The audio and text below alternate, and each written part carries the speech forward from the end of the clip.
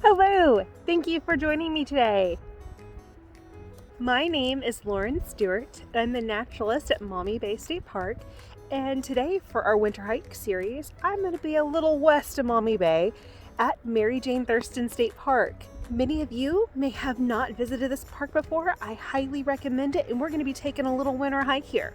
The trail I'm going to be walking today is the Blue Trail.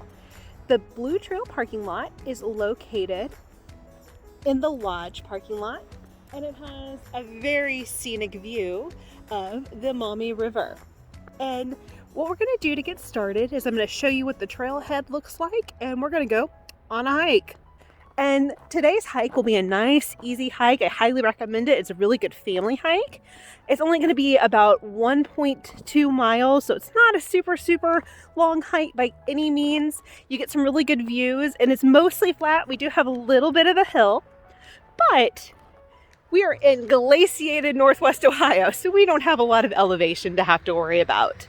So we are approaching the Blue Trail trailhead, and it's a little bit of a walk from the parking lot, but you just follow the road down, and behind me we can see where the lodge is. A little closer to the road, we have our trailhead. And it starts off with this nice little bridge. So this area actually used to be very important for commerce. Lake Erie was big and productive, and a lot of the economy was tied up into it because of the fishing and the shipping. And so to connect the rest of the state to Lake Erie was super important. So what they had to do was figure out how to connect, say, like Cincinnati in this case, to Lake Erie. That's a pretty big endeavor. We're quite a few miles away from Cincinnati. And what they did was they built a canal system. And we are actually at the very edge of the Gilead Canal, which is connected to the Wabash Erie Canal. And that canal system went all the way from Lake Erie to Cincinnati, Ohio. So this was a really culturally important and important for the economy, this area. And because this canal was basically a connector, it's a big highway via water. So as we're walking through, we're actually in the campground area. We skirt along the campsites to the other edge of the Blue Trail.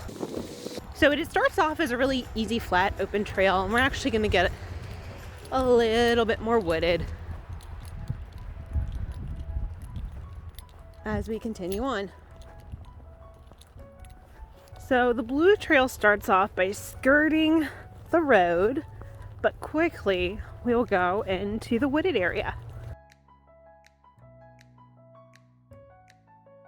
One thing to consider, especially in the wintertime, you cannot really see the inclines of things. The snow can make it very deceiving, and slow, careful steps are recommended just because we don't really know exactly what's underneath that snow. And here we approach the campground entrance. So this nice plant life that we have, that is very much a winterscape right now with all the snow. We have a variety of grasses and wildflowers that you'll see here in the fall and late summer. We have Queen Anne's lace, and there was some goldenrod here that I saw this summer, as well as we have a lot of dogwood growing, which are very important for the native wildlife. It provides an excellent source of food. Here we are at the Campground Sign. This is the only real incline.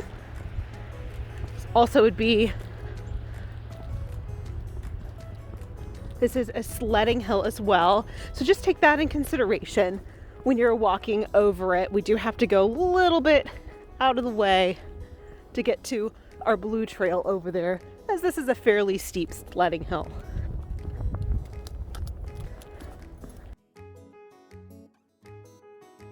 But this trail is absolutely worth the detour. As you may be able to hear the little chips and pips bird sounds that we have going above us. The northern cardinal is a very common bird we can find here at the park. and it's always super fun to see against the white snow. So here's our marker for the blue trail. This trail is very straightforward. It is a loop that goes all the way to the marina and back. So we're gonna go out to the marina and then come back the way we came. This slow, meandering trail does have some steep sections to the side. So please keep that in mind as you're walking the trail and keep in consideration for other park visitors. It is highly recommended that you bring a facial covering, such as a mask, just in case you cannot social distance the 6 feet, as this trail is fairly wide, but it is not 6 feet wide. And as you can see, we have some ridges here that we cannot step off the trail from. Common animals seen in this park, as we can tell by the tracks, are squirrels and of course the white-tailed deer. This park has very active wildlife even in the wintertime, and if you don't see them as you're walking, you can always check out and see if you can find their tracks. We have a variety of trees growing here, a majority of them being riparian trees, so trees that can tolerate the river and the water changing and flowing. You'll see hackberry and elm, maples and dogwoods, and a variety of other trees that like the riparian habitat. We are approaching the marina.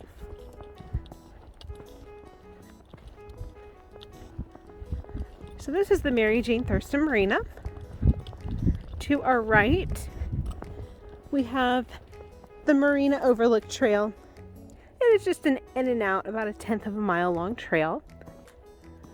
And we'll continue skirting the edge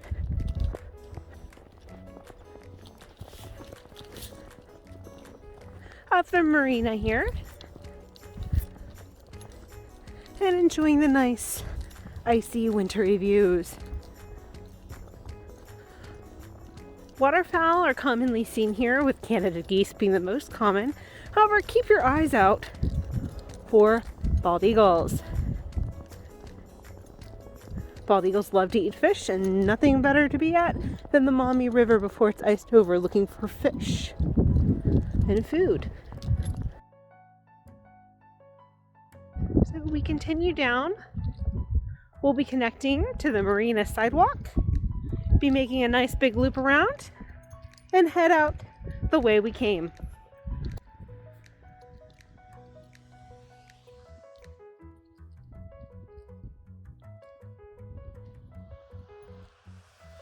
For a total of 1.2 miles.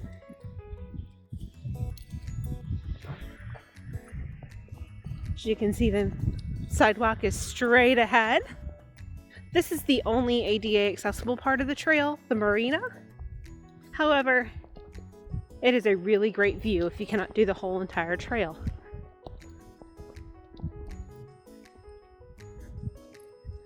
And here's our view of the Maumee River. Whew. Now that I've made that loop around the marina, I'm going to start heading back on that trail. Thank you for joining me today on this winter hike. Please check out the map attached, as well as check out your other parks this winter. Even though it may be a little bit cold and not quite as sunny, the parks still have plenty of wildlife and there's some great scenery to see. Thank you. Have a great day. Be safe and enjoy your Ohio State parks.